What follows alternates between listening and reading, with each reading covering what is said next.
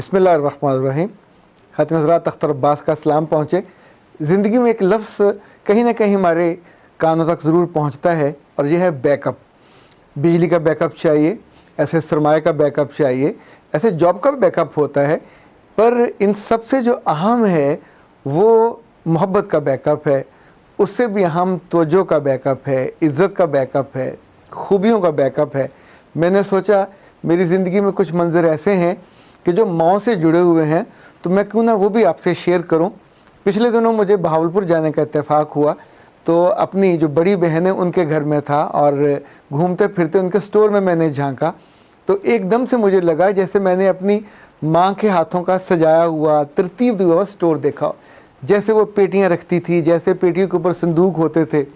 अब सोचिए, स्टोर में कौन सा किसी ने जाना है, पर पेटी के ऊपर एक कपड़ा, कपड़े के आगे वो लेस सी लगी हुई और उसके ऊपर संदूक, और उसके ऊपर फिर एक कपड़ा, उसके ऊपर भी लेस लगी हुई।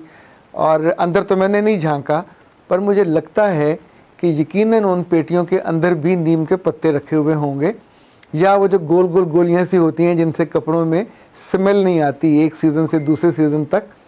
अच्छा, ये सारी चीज़ें जो हुनर भी है, जो खूबियाँ भी हैं, और मैं समझता हूँ बहुत बड़ी नेमतें हैं जो माँ अपनी बेटियों को ट्रांसफ़र करती है। इसी को मैं माँ का बैकअप कहता हूँ।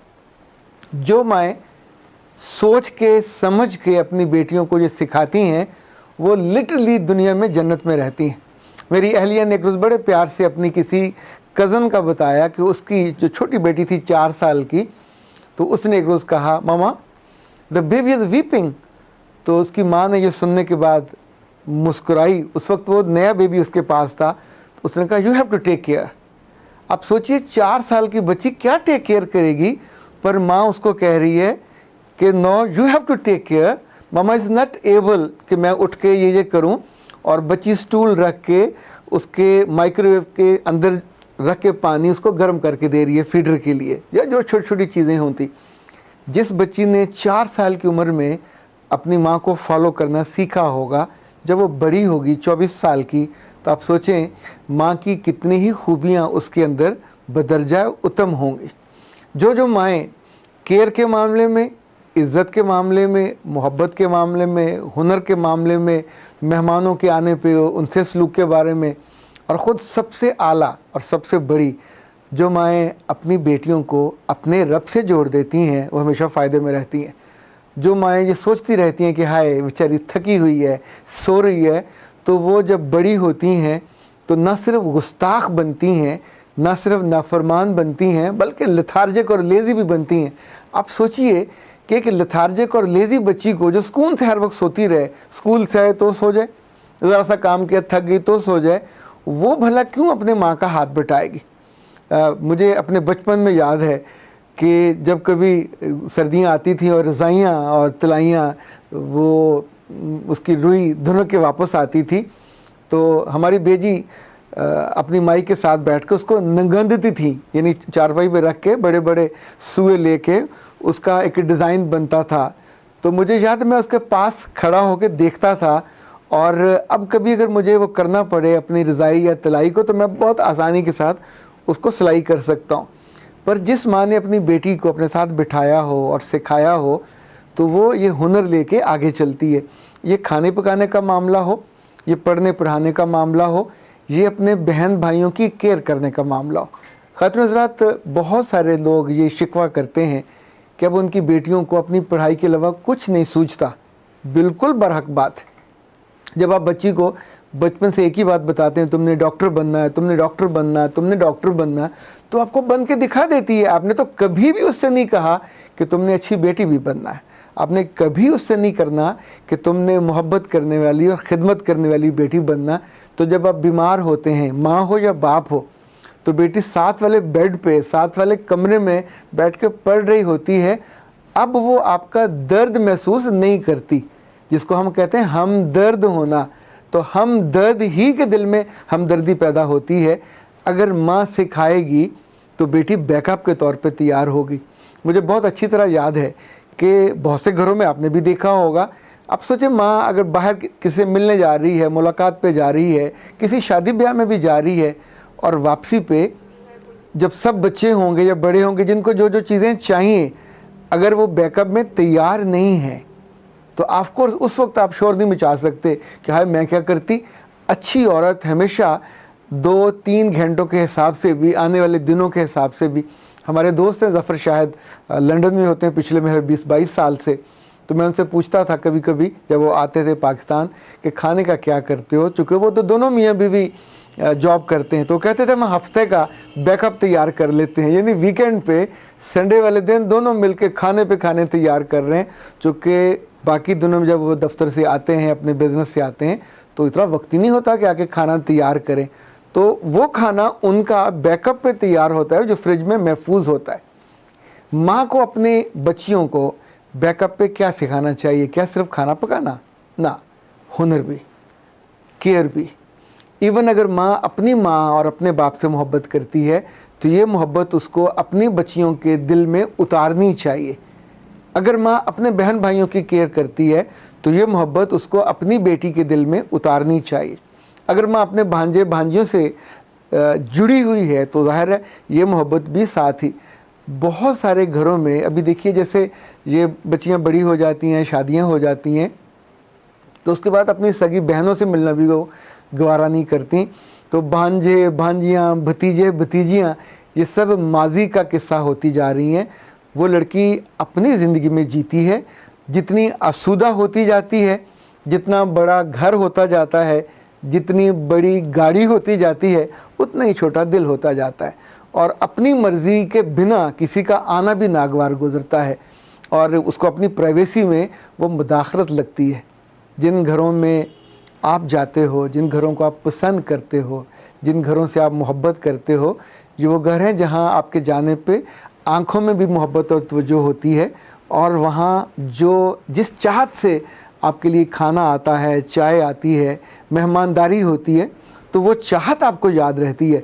खाना तो हर जगह एक सा होता है, पर उस चाहत में जब ऊपर उसको डेकोरेट किया जाता है, जिस तौर पे आपके लिए खाना वो लगाया जाता है, आपको वो सारा मोमेंट याद रहता है। ये कोई मर्द नहीं करता, ना उस खातून के बेटे करते हैं, ये बेटियां करती हैं।